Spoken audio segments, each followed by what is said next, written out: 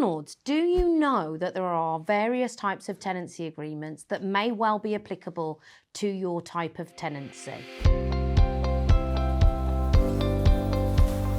The most commonly used contract within the private rented sector is the Assured Shorthold Tenancy, which was born in 1988 with the Housing Act. The Assured Shorthold Tenancy gives benefits to both landlords and tenants. Tenants can be assured that they have security of tenure for the fixed term of the contract as long as there is no breach.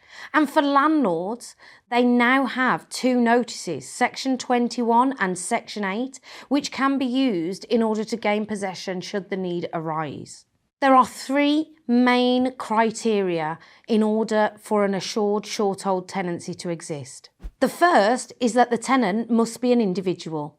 So it needs to be a person and not a company or a trust. The second, the landlord must not be resident. The landlord must not live within the dwelling. And thirdly, it must be the tenant's main and principal home.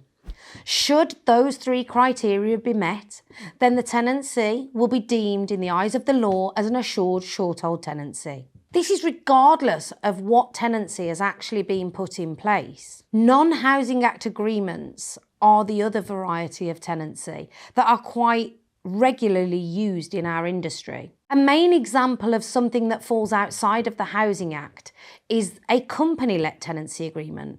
So if you as a landlord rent your property to a company, then an assured shorthold tenancy is not the correct contract to be used in these circumstances. Now, what is the difference between an assured shorthold tenancy and a non-Housing Act agreement? So, for example, a company let, as they fall outside of the Housing Act, there are several bits of legislation that therefore the landlord does not need to consider.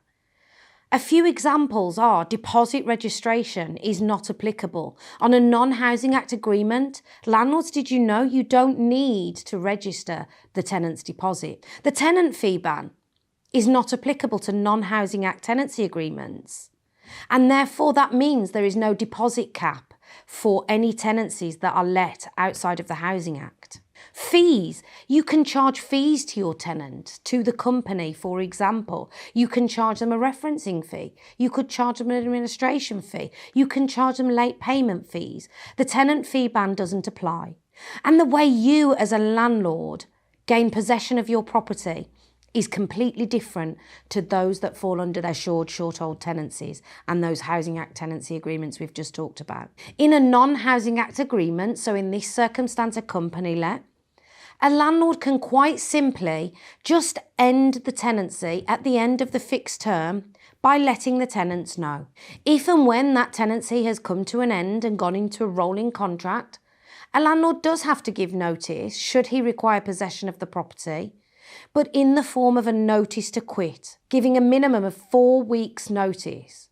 So as a landlord, as you can see, tenancies that fall outside of the Housing Act and are not assured shorthold tenancies give you greater opportunities and shorter notice period times. That being said, landlords, please don't think that you can use non-Housing Act agreements when in fact an assured shorthold tenancy criteria is met. Because despite the contract that you issue to the tenants, if they qualify for an assured shorthold tenancy because they are an individual, it is their main and principal home, and you as the landlord are not resident, then the assured shorthold tenancy is what would be looked at in the eyes of the law, regardless of the contract that you've used. So please do be mindful when selecting your tenants and ensuring that you are using the correct tenancy agreement in every scenario.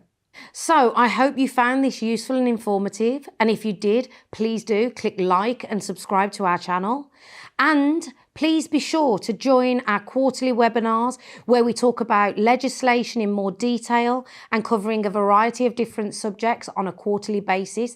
The link is in the description below. Thank you very much, and I hope to see you soon on the next video.